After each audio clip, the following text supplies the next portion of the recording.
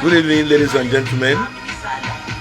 I'd like to welcome you to this special Instagram live chat with the great Dele Momodu, the publisher of Ovation International. We're in interesting times when a lot is happening, both here in Nigeria, in Ghana, and in the US. Of course, we are quite aware of the US elections, which is still ongoing. You're also aware of the developments in Ghana. Ghana has just lost one of its former leaders, J.J. Rawlings. And apart from that, the Ghanaian elections will be coming up in the next few weeks, December 7th. So we're going to be talking to Dele Momodu, who is an expert in Ghanaian politics. He's been with the political groups in Ghana for some time now, and is there right now. So we'll be having this conversation with Dele Momodu to talk about the situation on ground, what are the likely permutations in the Ghanaian, and of course, what can Nigeria learn from the death of J.J. Rawlings, the great man who just died in Ghana. So this evening we're going to be talking to Dele Momodu. We are very sorry that we're starting a bit late. It was due to some hitches which we have perfected, and we're going to be starting our discussion with him in the next few seconds once he comes online. So I welcome all of you to this unique discussion.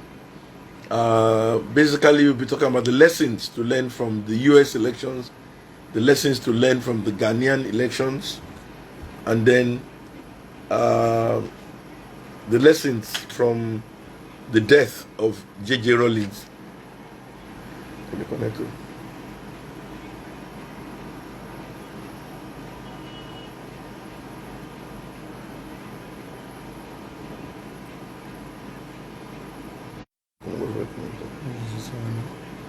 With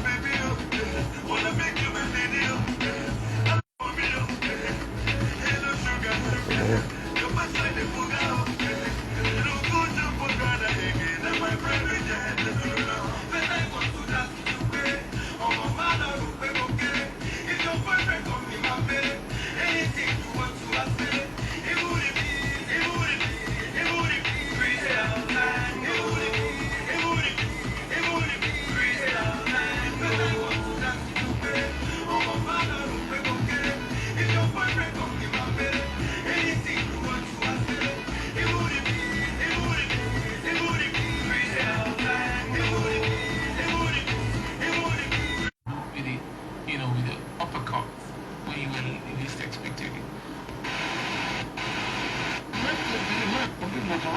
Look at this family. Not to do. Ah, do you?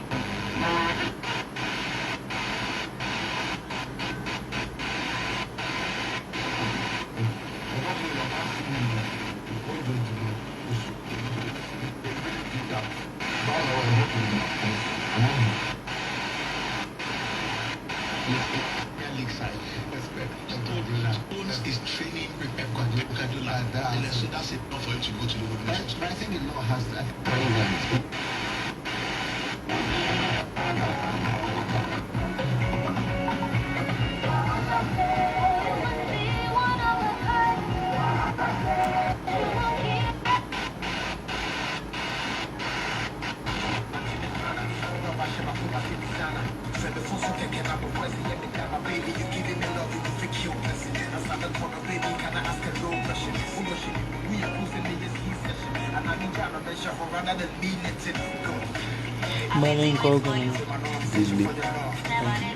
Dele, Momodu, Momodu.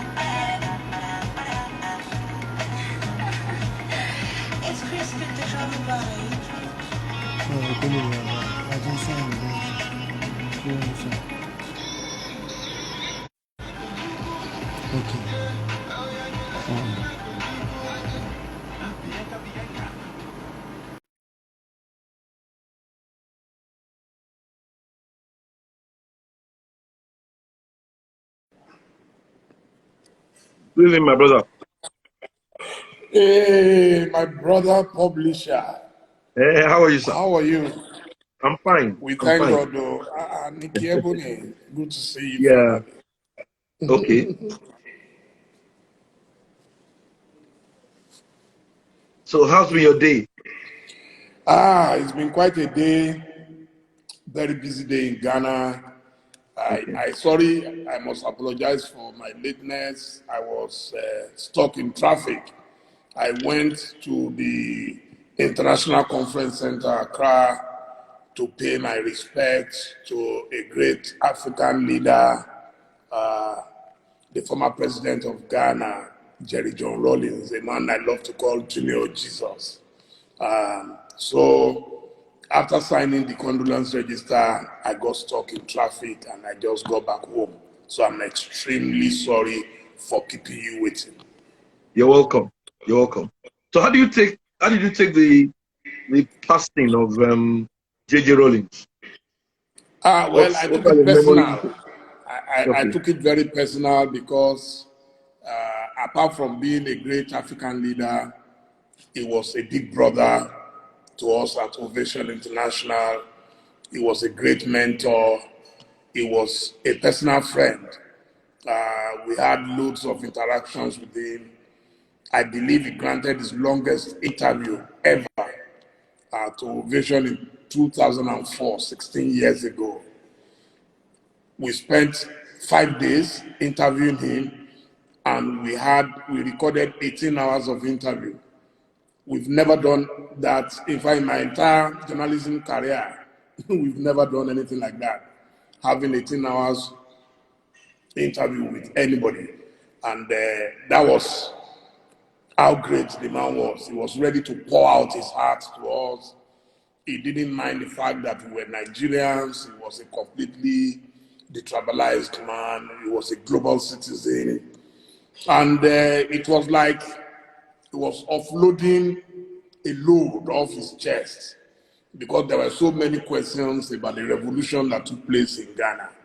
And so we were able to ask him a lot. Where he couldn't talk for security reasons, he told us off record, and we kept it off record. There were things he explained. I watched a video this morning of his most recent interview with a Ghanaian journalist, and exactly what he told us 16 years ago was what he told the journalists, about the revolution.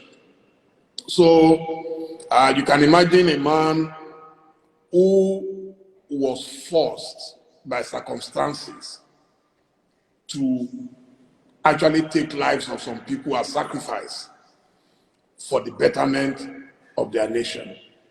That must have been a very, very difficult moment for him. And when I watched the video again this morning, I could imagine the pressure they were under. He admitted that there were mistakes here and there, but the mistakes were not as weighty as the suffering that Ghanaians were going through at that time. And as you know, Ghanaians scattered all over the world. They were everywhere in search of jobs. They had to take up menial jobs. They didn't have essential commodities. They had to queue up for vegetable oil, for rice. Everything was rationed. But Rawlings came and he spent a cumulative total of about 19 years to straighten things out. He will forever be remembered by those who benefited from that and by those who bore the brunt of what happened. There are people who don't like him. He used to joke. Anytime I called him Junior Jesus, he would say, "Oh no, Chief, some people call me Junior Judas." He was that kind of. He was a very interesting man, very, very interesting man. We invited him to Nigeria.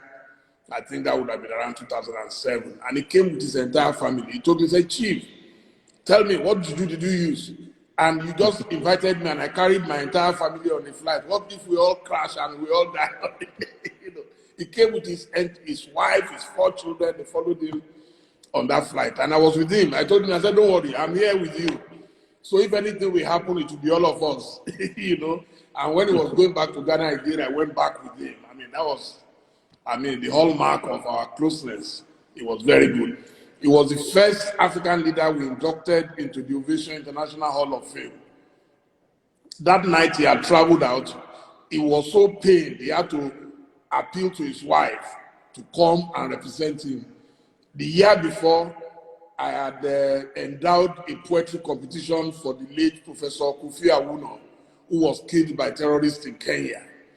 And so I endowed a poetry award at the University of Ghana in Legon.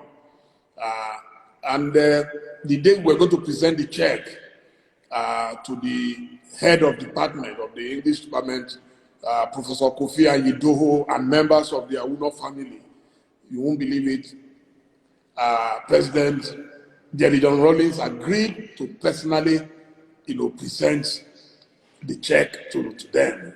He was such a great friend. He will come to Ovation Carol. He will say, "Chief, I'm going to spend about 30 minutes." Then he will end up spending 4 hours. And he's there enjoying himself. There was a day, Abiodun Koya, a Nigerian singer. She had come from America, so we brought her to Ghana. And her voice was so powerful. We didn't know where President Rawlings got a rose flower from. You won't believe it. He brought a rose and went in front of the stage and presented it to the ladies. He was such an incredible leader. We had loads of fun. He loved his dogs. He loved his, sports cars. That was his taste. I was going to ask you, what are the lessons for Nigeria? Looking at the life of J.J. Rawlings. For me, the biggest lesson I saw in him was that here was a military leader who had a master plan. He had his master plan. So, and he did what he needed to do. He did the needful. Unlike Nigeria, where we had military who were worse than the politicians. They came and they spoiled everything they met, and we are yet to recover from that mess. So Rawlings came, and it was straight to the point. He didn't, even if there were errors, they were within the margin allowed in a revolution that there would be errors. There were people who were mistakenly killed. They were like the collateral damage for that revolution. So he expressed his regrets, but he said they needed to do what they had to do, and they did it. And Ghana is better for it today. Today, the Fourth Republic of Ghana has been the longest democratic period in the history of Ghana since they gained independence in 1957. So you must credit Rawlings for that he ensured that one, he brought back democracy, unlike our own soldiers who couldn't make up their minds whether they were going to stay or they want to go. Even now in Nigeria as we speak, the military is still firmly in charge. Because in 1999, when we thought we were returning to civilian rule, the first beneficiary was a retired military general, General Olusegun Obasanjo. After that was President Umaru Musa Yar'Adua, who was a brother also of a retired Major General. After that, just by chance, President Jonathan came, but soon after, a military general also took over. So in Ghana, they've had some of the most fantastic leaders after Rawlings. He was followed by President John Ajekun Kufuor, who had worked in the United Nations. Is a very urbane, very civilized gentleman, a man of letters, a man of legality. So, when you have such caliber of men at the helm of affairs in a country, you can be sure that the citizens can go to sleep. Despite that, they keep their leaders on their toes.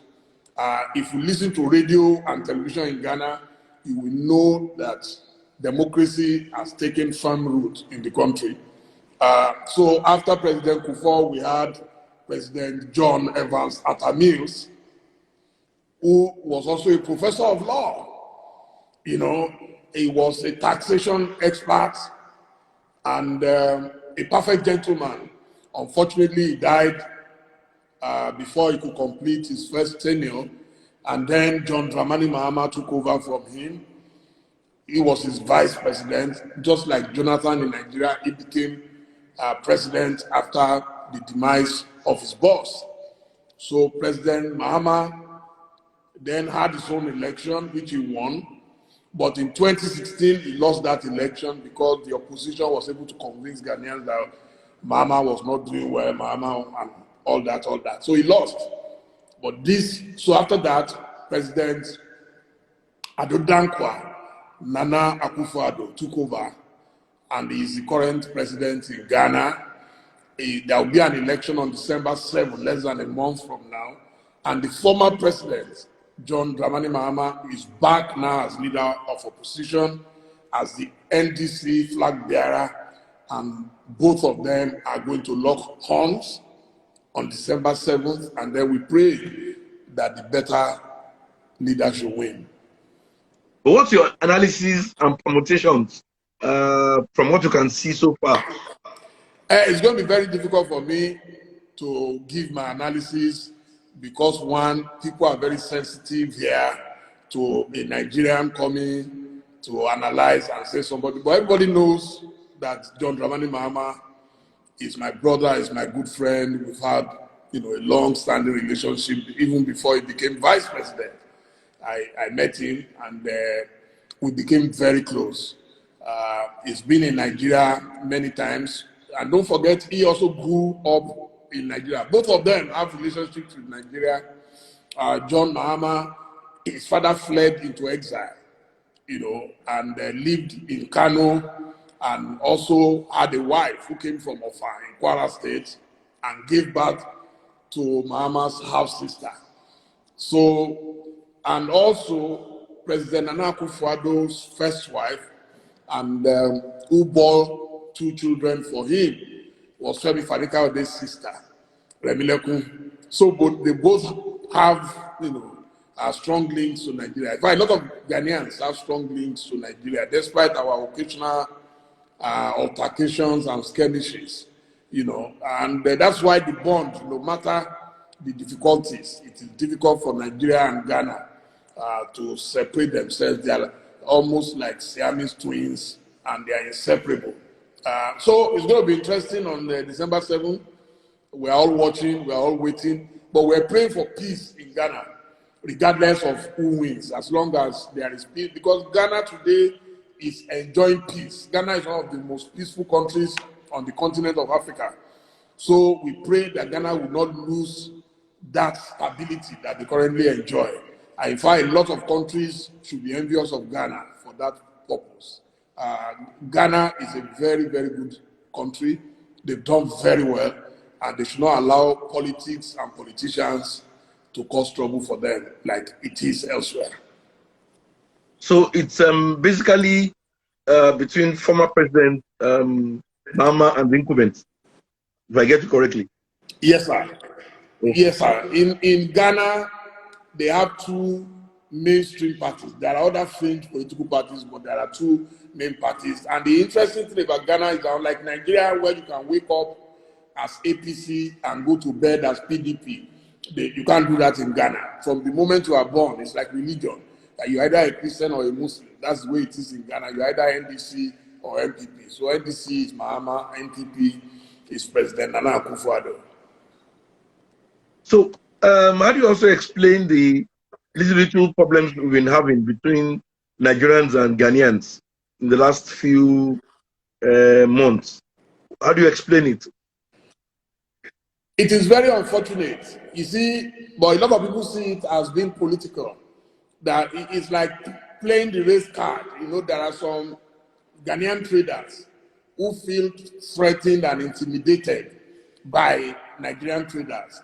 And don't forget that Nigerian traders, 1, they have been in business for a very long time. 2, they have the purchasing power. Nigeria is an oil-rich nation. So wherever Nigerians go in the world, we're like the Americans of Africa. We tend to dominate our environment. And so Ghanaians, especially the traders, feel that no, we are not going to allow foreigners to come into our country and come and destabilize our market. They claim that Nigerians sell cheaper. Nigerians, they are ready to sleep in their shop. The way we work, our work ethic is different. Whereas here, most people live like the Europeans. They like their life. They want to enjoy. They work very hard and want to enjoy. Nigerians are ready to work 24/7. So They've had those issues, but it's always amplified when elections are coming, you know. So some politicians will use that to fire up, you know, nationalistic instincts of the people that, hey, we are the ones protecting our traders, so vote for us. And, you know, after election, then everything will calm down again. So a few of us who have little influence in Ghana, we've been trying our best to make sure that at least we bring the situation under control. I was able to assemble a list of over 130 something shops that were shut down, and we organized some palliatives for them through support from our friends, you know. So we're able to give them little money at least for them to feed, because I mean, if you are not doing any business, they've shut down those shops now for almost 1 year or thereabouts. So, but we hope that after the election, whoever emerges will be able to sit down. I know that President Buhari has also tried to intervene. You know, the foreign ministry in Nigeria sent a very strongly worded message to Ghana that, look, if you provoke us further, we may have to retaliate. But I'm hoping that it won't get to that, because we're just too close. I mean, you can imagine that in Ghana right now, you probably have about 7, 8 Nigerian banks operating, either fully or partly. So you can't put, if you decide to pull out the Nigerian investments in Ghana, there will be economic crisis immediately. So it's something that I know that Ghanaians treasure. A lot of Nigerian companies have employed Ghanaians here.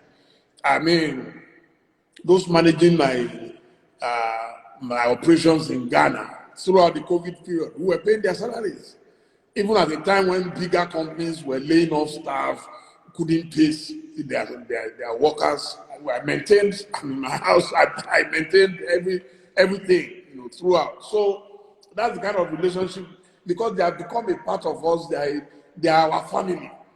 As a matter of fact, someone who is like my chief of staff in Ghana is a member of President Akufo-Addo's party. It makes no difference to me. He's an NPP member. I've never asked him, go and vote for Mahama, or who are you voting for? It's none of my business. I don't get involved in those things. Even when I contested in Nigeria, I never asked any staff of Ovation, you must go and register in my party, you must come and vote for me. So I'm a very, very tolerant person. A good Democrat must be able to tolerate opposition. So what, if you were to advise the Nigerian government, what would be your advice in terms of how to handle the what's going on in Ghana, the Ghanaian elections and all that? What should be the position? Well, their position is to be neutral and just watch and see what happens. So whoever comes on December 7th, whoever emerges as the leader, and they will swear the person in January. So the Nigerian government should engage more in dialogue with them, and they should operate the principle of reciprocity. You see, the language that people understand globally is reciprocity. If you double me, I will tackle you. If you tackle me, I will double you. You know, that kind of. So people like that. Once they know that you're not going to tolerate it. See, what happens to Nigeria is that people see Nigerians as orphans everywhere. That no matter what they do, no matter the ill treatment, the Nigerian leadership is not going to lift any hand for its people. So people will always mess you up. Once you know that you are an orphan, you don't have parents to protect you. So the Nigerian leadership should begin to protect Nigerians wherever they are, wherever they suffer, anywhere in the world. It's very important. The British, for example, will never condone, even if it's just, look at the Americans just about 2-3 weeks ago. They flew into Nigeria to rescue someone who was held hostage. And I don't know if the Nigerian government knew, you know, when and what time they made that effort. So now imagine where you have over 130 shop owners, and these people have had no business in about a year or so. Nobody is feeding them. So it took private people in our private capacity to even give them stipends for them to have something to spend. We can't continue to treat our people like that. Our country is too big and too important in the Committee of Nations for Nigerians to be treated like pigs everywhere. But in those days, we all used to know what our foreign policy is, our national interest, and all that. But I'm wondering if all of that is still very visible now in terms of what our foreign policy is and what our interest is and things like that. Yeah, you see, Chief Moshood Abiola used to say something that I liked so much, that if you want to know if a fish is bad, smell the head. If the head is rotten, then the whole body is gone. So the problem with Nigeria is that whether you are a foreign minister, you are a permanent secretary in the foreign ministry, or any of the ministries, they look at the body language of the man at the top. If the body language is nonchalant, I don't care, whatever happens, I don't care. Because look at what happened in South Africa. In South Africa, we had a major calamity. And instead of Nigeria saying, hey, South Africa, you also have investments in Nigeria. And if this is the way you are going to treat our citizens, we are also going to give you equal measure in Nigeria. What did we see? Our president flew to South Africa. They gave him guard of honor. They, very ceremonial and all that. So, of course, the people know that anytime they beat up a Nigerian on the street, nothing is going to happen. All you need to do is just invite their leaders. They will come. Even when the one in Ghana happened, the speaker, Bajabia Miller, flew to Ghana. We told him that nothing is going to come out of it. Not a single shop was open. You understand? You should engage people. People respect you when you appear serious. But when they know that all you love are jamborees, just come, the pomp and pageantry of power.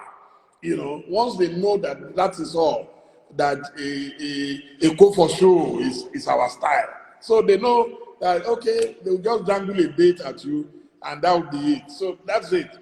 There is no way I will be the president of Nigeria and they will treat our citizens like that. Unfortunately, people like us don't have a chance in our country. Let's talk about the US elections. How do you see the whole issue? It's very unfortunate. It's very unfortunate, not because Trump lost and Biden won, but because the tradition of democracy in America is being assaulted senselessly by Donald Trump, a man who was a beneficiary barely 4 years ago. There is a process, even if you believe that, okay, maybe the election was not perfect. No election is totally perfect. But for a man to have 5 million popular votes ahead of you, as well as 60-something electoral votes ahead of you, for crying out loud, I think he should have done the needful by congratulating the presumed winner. But now that he says the election is rigged, I was telling a friend some minutes ago that it is okay. Let him at least satisfy himself. I don't believe that 5 million votes would have been added to the votes of Biden. But if Trump has incontrovertible evidence that it was rigged out, it is his right to fight for it. And then if he's able to do that, then that would be fantastic. But for me, I believe he lost.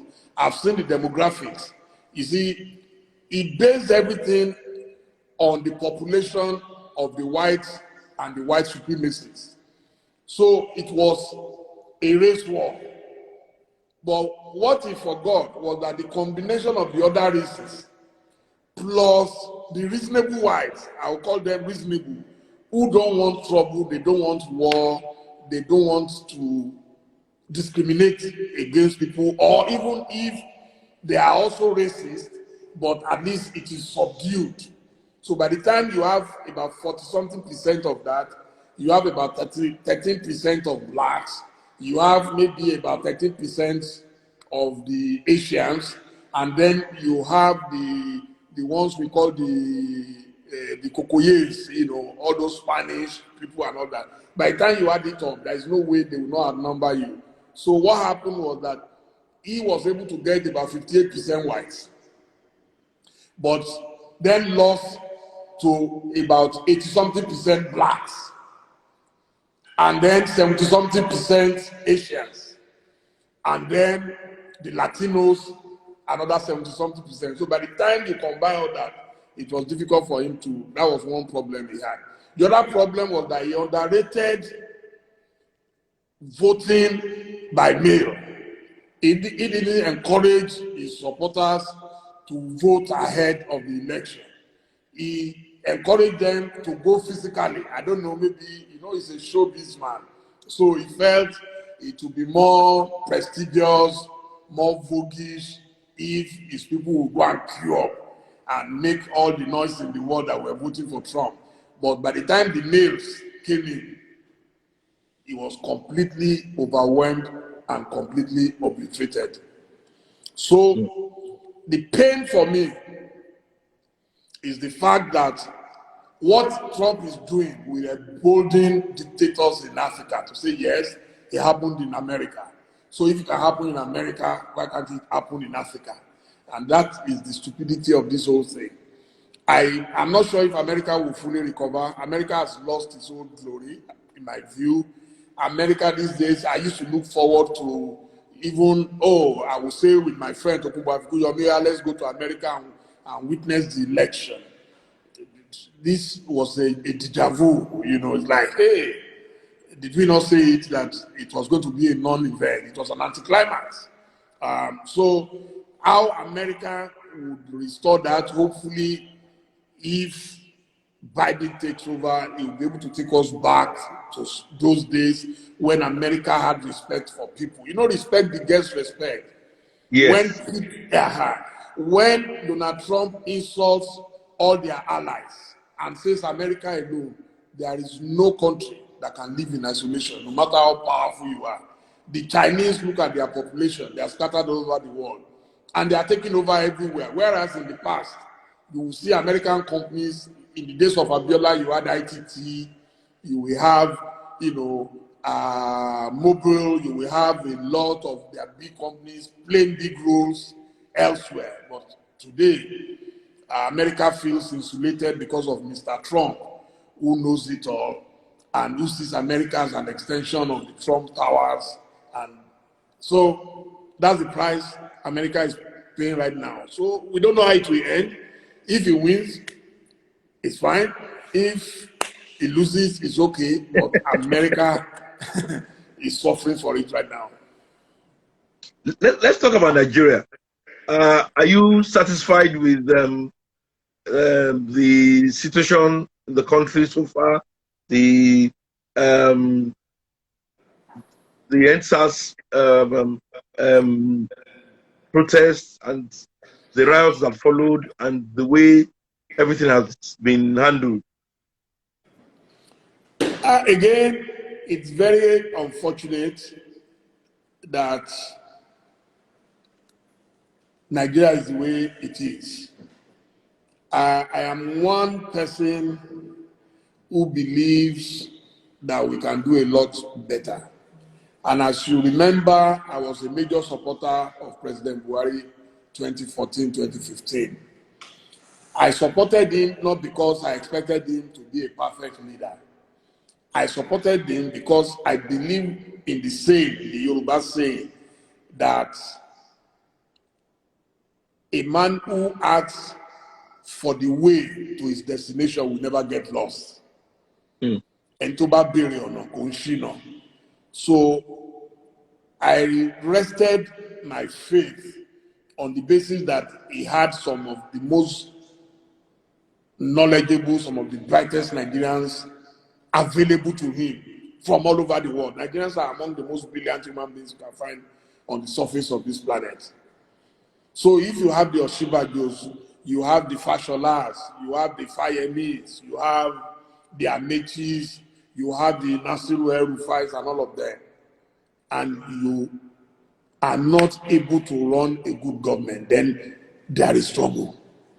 So when I saw that things were going wrong early in the days, I fired him a memo. I wrote a desperate memo to him, and he invited me to a meeting. And I went there and I told him a piece of my mind. Thereafter, I realized that nothing was going to change, so I backed off. I'm not a member of APC, and I'm neither a member of PDP. what I need is good governance, because I know that the day we have a good government, I have my brains, I'll be able to survive. Good people will thrive in an atmosphere of meritocracy, but in a place where everything comes from where you come from, who you know, and not what you know, you know.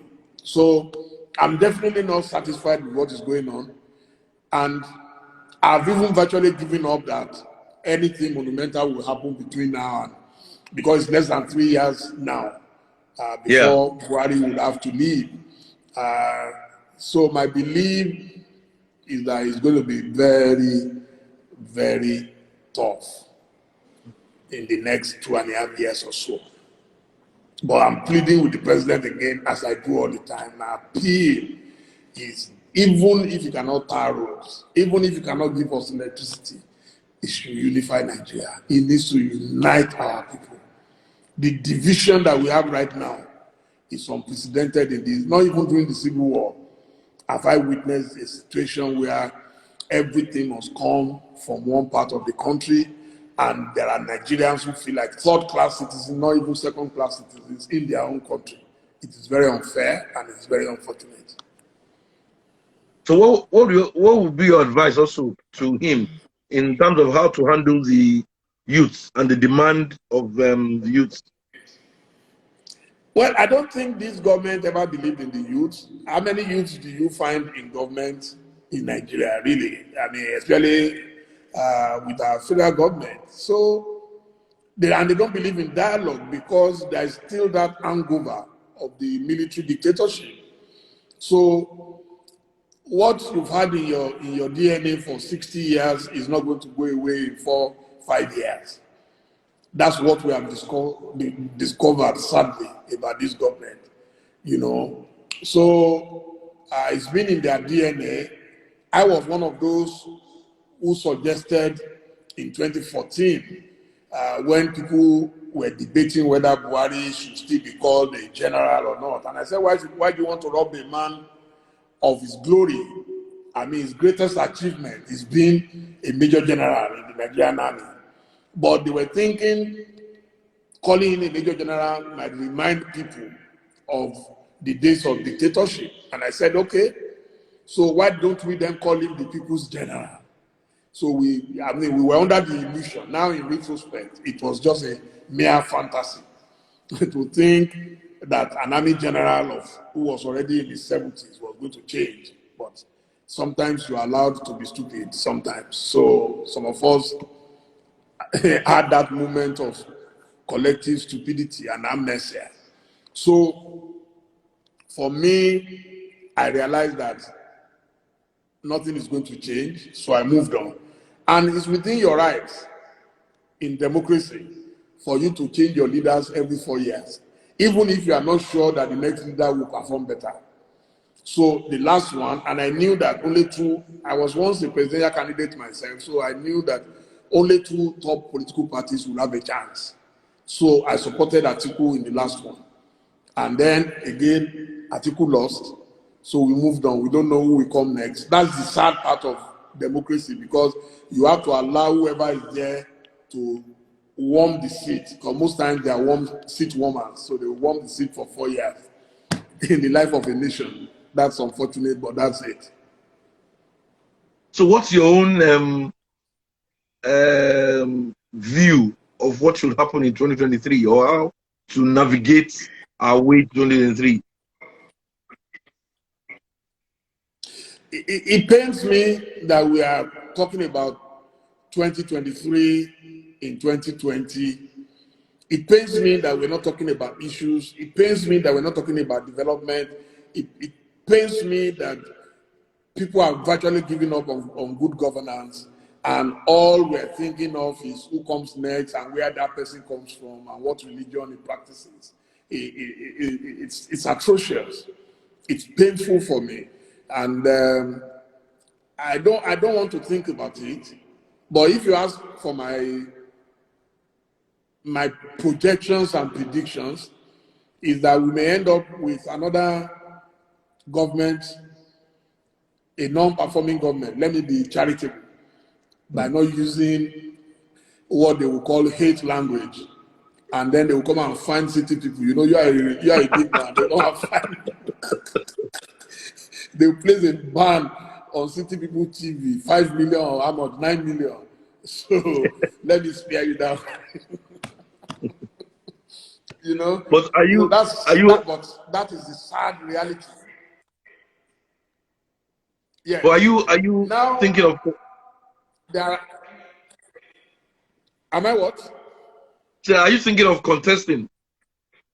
Are you likely No, to I'm not a contest? serial I am not a serial contestant. I'm not interested at all. A lot of people have told me go and contest. I said contest with what?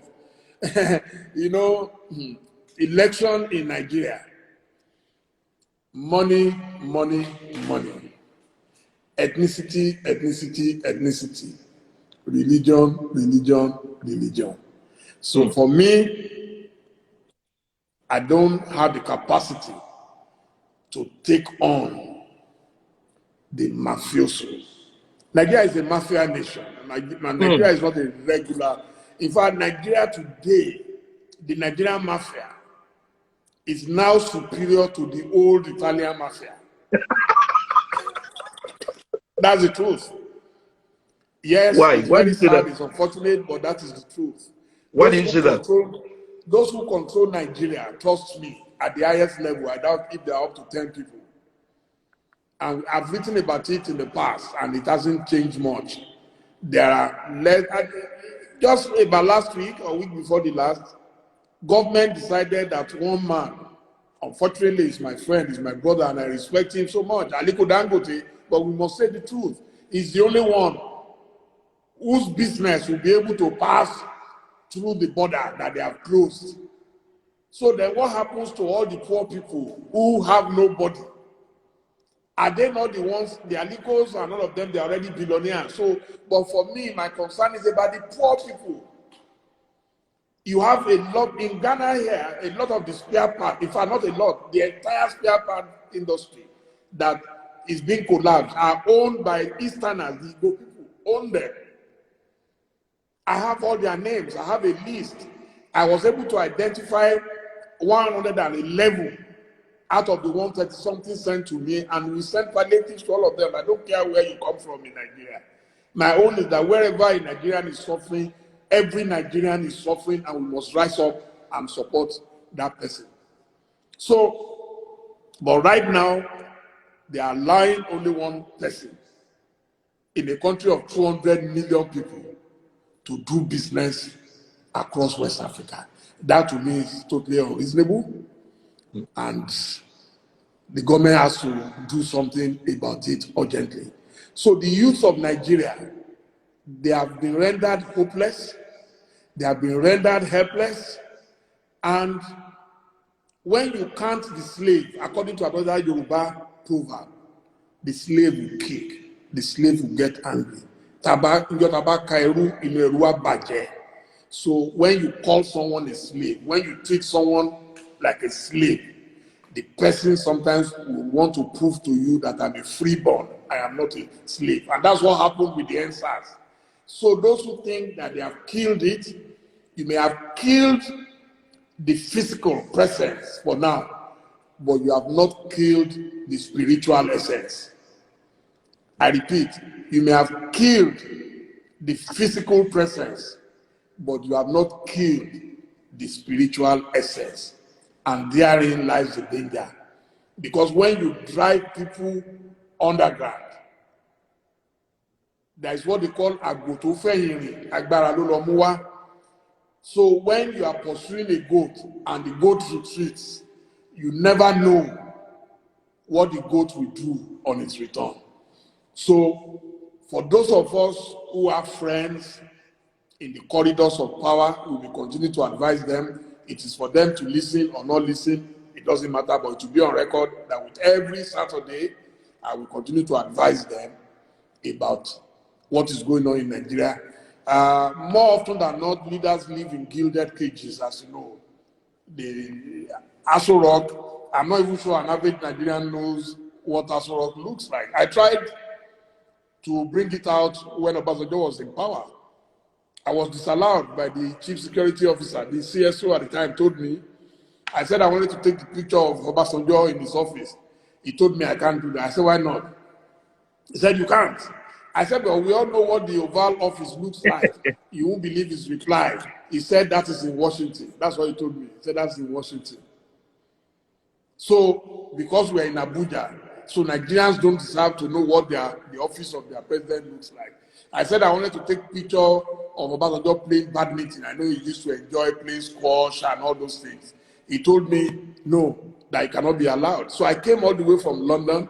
I flew in my photographers to Abuja from Lagos, and we were not allowed to do our job. So that is the sad reality that we have to confront as Nigerians. So we don't have leaders today who feel the youth should have a say. We don't have leaders who are willing to interface with our youth. The youth they like is every time election is coming, they will go and call your Nollywood actors to come for dinner, and that will be there. And they all pack themselves like locusts and go to those dinners. And I'm asking, don't you have self-respect? How come every time they say, yeah, celebrities come, everybody, it's like they've never seen a president before, you know, and they all go there. No discussion, they eat. Some of their leaders will collect the money, chop, and disappear, and then you start hearing people grumbling and lamenting like Jeremiah thereafter. It is a shame of a country. When they call you next time and you all say, no, you don't need us, go and do the right things, you'll see that things will begin to change. And that is what those guys who came up with the NSAS, that's what they achieved. They came together separately without any central leadership, and they were able to arrest the attention of the world, not just Nigeria. But government knew, and I predicted it. Some people were attacking me on Twitter. I told them, I said very soon, government will play its tribal and religious card. And that's what happened. So the moment government in Nigeria notices that a revolution or a demonstration or whatever nomenclature you want to give it is succeeding, then they come out and use the divider rule. And immediately it is to thy tent, O Israel. That is the situation in Nigeria. It's very sad, very, very unfortunate, but I hope next time also, whoever is organizing things like that would also have to align with the ordinary people. I think the mistake was for the Ajebotas who were involved, not to know that the Ajepakis have a different agenda. Yeah. You know, so that's the mistake I saw. Then I saw that a lot of people also assumed that it was going to be an easy run when you are dealing with the mafia. The mafia who is fully entrenched, who's been there for over 60 years, if you are going to tackle them, that's why the Yorubas say, if you are going to crack the palm kernel, you must be very ready to have something stronger than the kernel. So I think they didn't prepare for that. They thought they were dealing in a decent society where people can go on endlessly demonstrating in Hong Kong, in Europe, in America. You can't do that in Nigeria. They will crush you. These are people, they don't care. If they rain bullets of you and you die, that's the end. Everybody will go back home, and then it will become another case of unknown soldiers. And so that's what happened. It's unfortunate, but my advice to government is the clock is ticking. Learn to tolerate your citizens, learn to bring them closer, and then that's when there will be peace. Let's talk about 2020. We're moving towards the end of the year. When you look back, what do you make of? What's your appreciation of about the whole year? What's your advice to people? Well, we must keep hope alive. This has been one of the worst years, definitely. I'm 60. I turned 60 in May, and I was looking forward to 60. But COVID-19 came and scattered everything. But I thank God for life. I thank God that so far so good, one is healthy. It's a privilege in a place like Nigeria. If you fall sick, and you don't have money, the result is almost certain. You know, I've seen people who fell sick, friends, a friend of ours that you know very well fell sick, had COVID-19, was taken to one of the big hospitals in Lagos. They were asking for a deposit of about 11 million naira. Who keeps that money, that kind of money these days, you know? So one must thank God, you know. So I am hoping, and we're planning already, that by December 13, by the grace of Almighty, we have our usual Ovation Carol. We deserve to celebrate against all odds. Whosoever is alive must celebrate life. And we're going to promote music, comedy, and the usual things that we do at Ovation Carol. We're going to help the needy, give hope to the hopeless. Every year we spend millions on young entrepreneurs, people who are doing great things, who can also, have a multiplier event and others. So we're looking forward to December 13, by the grace of God, at the Hotel and Suites, the Eco Convention Center. That's our plan. And then we're looking forward to 2021. And we're praying that it will not be a replica of 2020. May God never bring 2020 back again. Amen. Amen. Thank you very much, Momodu. It's been nice having you on this session, and we've been able to learn a lot of things from your views about the Ghanaian elections, the death of J.J. Rawlings, and the elections in America too, and of course, their country, Nigeria. Thank you very much, my brother. I want to thank you every now and then for always honoring me with these interviews. I appreciate you. You are my brother, you are my colleague. We've come way back from Ife. And I love your energy. Trust me, I really, really admire your energy. And I pray that God will continue to grant you good health. And my regards to your lovely wife, my sister, and the children. Amen. Thank you very much. Thank you. Good night. Thank you. Good night. And dear viewers, thank you so much. And good night. Okay. Thank you.